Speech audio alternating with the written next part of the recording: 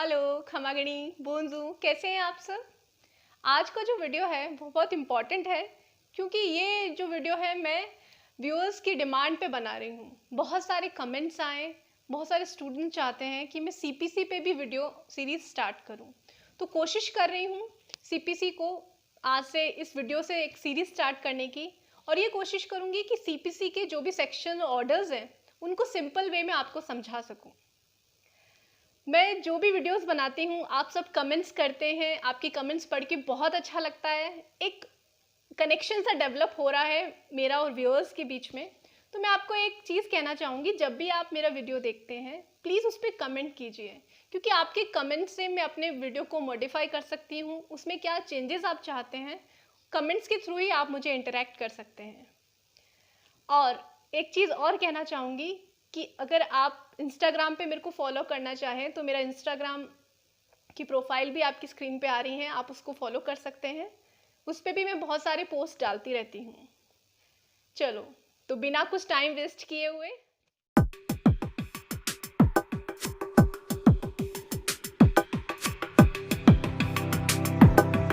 Let's start.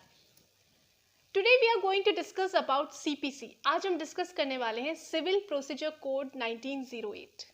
क्या है ये सीपीसी? क्योंकि सीपीसी का नाम सुनते ही ये दिमाग में आता है बहुत ही बोरिंग है, बहुत सारे सेक्शंस हैं, ऑर्डर्स हैं, रूल्स हैं।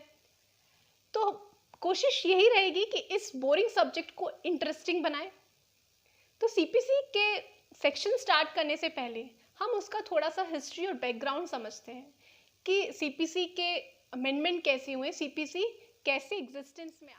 सबसे पहले आपको ये समझना पड़ेगा बेसिकली लॉज जो होते हैं वो there are two types, substantive and procedural law. We had discussed earlier also. Substantive law are those laws that discuss about the rights and liabilities, and the procedural law they describe the procedure for the enforcement of these rights and liabilities. अगर हम procedural का example देखें तो it could be CRPC, CPC, और substantive law का देखें तो IPC, TP, contract, ये सब इसके examples हैं। अब लॉ उसके बाद और डिवाइड होती है टू टाइप्स में, सिविल, वो और दो टाइप्स में डिवाइड होते हैं, civil and criminal. Civil laws जो है, जैसे क्रिमिनल अगर हम लॉज की बात करें तो आईपीसी, सीआरपीसी जो है क्रिमिनल लॉ है, मतलब फौजदारी कानून। और सिविल लॉ जो है वो है मौलिक विधि, मतलब जिसमें राइट्स एंड लाइबिलिटीज़ की बात करते हैं।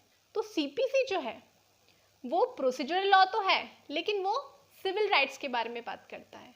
और एक चीज़ और आपको क्लियर होनी चाहिए कि जो सिविल लॉज होते हैं उसमें दो पार्टीज जो हैं उनका, एक पार्टी तो होती है प्लेंटिव, एक होती है डिफेंडेंट। और जबकि in compare to the criminal law में जो दो पार्टीज होती हैं वो एक तो होती है स्टेट और एक होता है अक्यूज्ड। आपको एक बात हमेशा ध्यान रखनी है कि क्रिमिनल लॉ में विक्टिम जो है वो कभी पार्टी नहीं बनता है। क्यों? क्योंकि विक्टिम की जगह स्टेट एक पार्टी बनती है, क्योंकि ऐसा माना जाता है कि जो भी ऑफेंस हो रहा है, जो भी अपराध हो रहा है वो स्टेट के खिलाफ हो रहा है, it is against the state, that's why state become the party not the victim. तो ये सब चीजें तो आपको एकदम क्लियर हो गई। तो सीपीसी जो है बेसिकली एक प्रोसीजरल लॉ है और वो सिविल राइट्स के बारे में, law regulating the procedure to be followed in civil court which is governed by। Discuss करें कि who is the father of CPC? Sir Charles Wood is considered as the father of CPC। तो ये preliminary में questions ऐसे बनते हैं कि who is considered as the father of CPC, तो आपको पता होना चाहिए Sir Charles Wood is considered as the father of CPC। अब फर्स्टली CPC जो इनेक्ट हुई थी, first CPC was enacted in 1859, should remember the date। Initially, in previous stage, the code was not regulated in the presidency, small cause court and the high courts. Therefore, the new CPC was inserted. Therefore, the new code was enacted in 1877. पहले तो CPC enact हुई 1859 में, उसके बाद 1877 में again also it was considered as incomplete and it was enacted again in 1882. Finally जो enact हुई वो हुई 1908 में। तो प्रेजेंट सीपीसी जो हम पढ़ते हैं वो 1908 में। सीपीसी को बारे में समझे तो वहाँ पे सेक्शंस भी हैं, ऑर्डर्स और रूल्स भी हैं। तो sections, how many sections are there in CPC? There are 158 sections are there. 158 sections हैं सीपीसी में। और शेड्यूल फर्स्ट में कितने ऑर्डर रूल्स हैं? Order 51 order are there. और सबसे जो कहते हैं सबसे लार्जेस्ट ऑर्डर जो है वो है ऑर्डर 21। इसमें कितने रूल्स हैं? 106। तो ये चीज़ें आपको याद रखनी है कि सेक्शंस भी हैं इसमें सीपीसी में और ऑर्डर और रूल्स भी हैं। तो सेक्शन और ऑर्डर रूल्स में एक चीज़ डिफरेंशिएट करें तो सेक्शंस जो है they can be amended by the parliament and state, union और स्टेट इनको, as compare to the order and rules they can be amended by the parliament, state and the high court. Okay, I hope you are clear now. So basically the CPC came into force on 1st January 1909. ठीक है, उसकी date of enforcement आपको याद रहेगी 1st January 1909.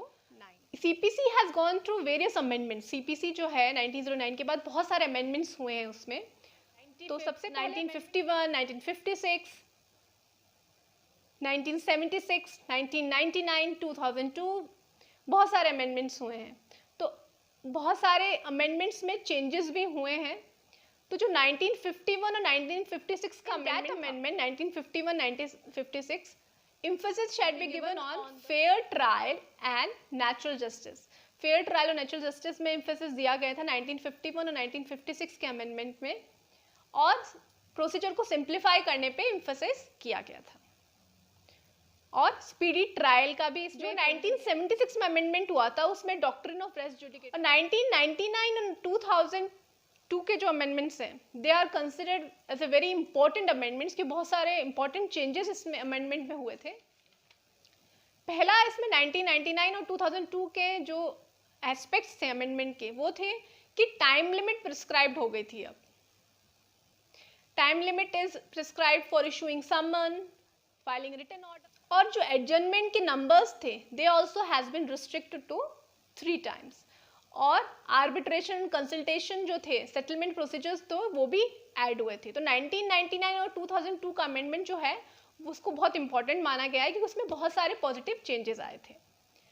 तो ये जो CPC है, हम नेक्स्ट वीडियो जो मैं बनाऊंगी उसमें हम सेक्शंस स्टार्ट करेंगे. आज हमने ये कोशिश की है सीपीसी के हिस्ट्री को जानने की, उसके बैकग्राउंड को, कि सीपीसी कैसे आया और उसमें क्या क्या अमेंडमेंट्स हुए हैं और क्या क्या चेंजेस हुए हैं, और बेसिकली सीपीसी जो है वो किस तरह का लॉ है. तो अगर आपको अच्छा लगा हो वीडियो तो प्लीज़ लाइक और शेयर और सब्सक्राइब करें. और एक बार फिर कहूँगी कि वीडियोस पूरे देखें तभी आपको कंसेप्ट क्लियर होंगे. और मेरा अकाउंट इंस्टा पे भी है, आप उस पर भी देख सकते हैं. इंस्टाग्राम पे मैं पोस्ट करती रहती हूँ लॉ रिलेटेड, तो आप वहाँ से भी अपडेट हो सकते हैं. और चैनल को सब्सक्राइब और शेयर करना ना भूलें. Thank you.